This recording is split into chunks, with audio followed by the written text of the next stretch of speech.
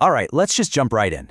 Think about the god most of us grew up with. You know the one, the big guy upstairs with a long list of rules, handing out punishments and rewards.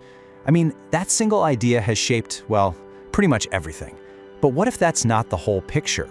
What if it's not even close?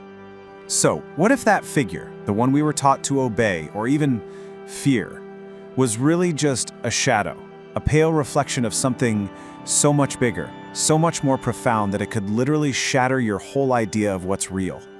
Well, today we're pulling back the curtain on an idea that certain people really wanted to bury. Okay, so here's the best way to think about it. And this is really the core of the whole thing. Imagine the god of rules is like a lamp.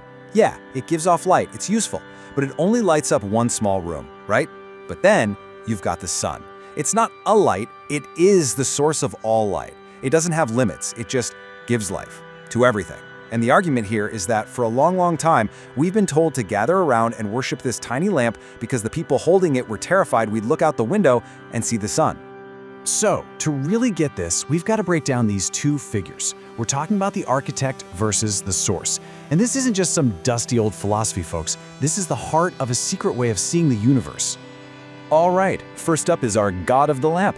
In these old Gnostic texts, he's called the demiurge. The best way to picture him is as a craftsman, an architect.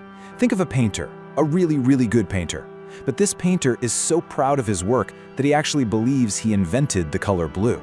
He can mix it, he can paint a masterpiece with it for sure, but he didn't create light. He didn't create the spectrum that makes blue possible in the first place. He's a builder, not the source. And then, on the complete other side of the coin, you have the monad. This is the sun. And we're not talking about a king on a throne or some being with a personality. It's the one. The infinite whole consciousness that everything, and I mean everything, flows from. It's the ultimate wellspring. The monad doesn't make rules, it doesn't demand anything, it just is. It's the very life that beats in every star, every atom, every single one of us.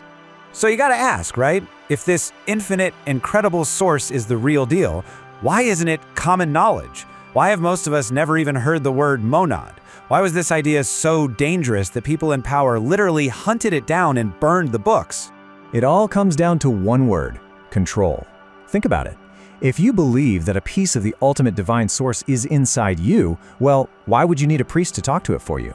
If you know your soul is infinite, how can a king threaten you with death? The whole system falls apart. So to keep their power, these institutions, empires, churches, you name it, they propped up the demiurge, the god of rules and fear, and did everything they could to make you forget about the god within.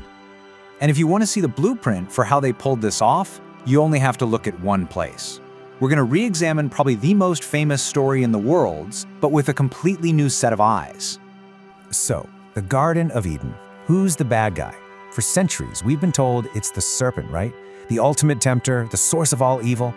But what if that's the cover story? What if that's exactly what they wanted you to think? Let's ignore the commentary for a second and just look at what the text actually says. Okay, Exhibit A. The god in the garden makes a promise. You eat this fruit, you will surely die. Exhibit B. The serpent makes a different promise. No, you won't die. Your eyes will be opened. So, what happened? Who was telling the truth? They ate the fruit, and guess what? They didn't die. In fact, exactly what the serpent said would happen, happened. They woke up. And this is where the whole story unravels. Because the God character doesn't react like a loving father whose kids made a mistake. No, he reacts with panic. He literally says, look, the man has become like one of us, knowing good and evil. That's not disappointment, that's fear. The eviction from the garden wasn't a punishment, it was damage control. He was a territorial ruler and humanity was getting too close to figuring out the game. So if you look at it this way, the Gnostic conclusion just hits you like a ton of bricks. The serpent wasn't the villain. It was a liberator. It was a messenger of truth trying to wake us up. And the fall of man? No way. It was the awakening of man. The very first step out of ignorance and onto the path of remembering what we really are. Okay, so that's a wild take on an old story, but what does it have to do with you and me right now? Well, everything. Because this isn't just some ancient myth.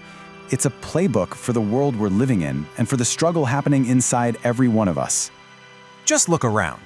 The systems of the demiurge are everywhere, aren't they? They're the systems designed to make you feel small, to make you obey. Governments that tell you what your rights are. Economies that put a price tag on your worth.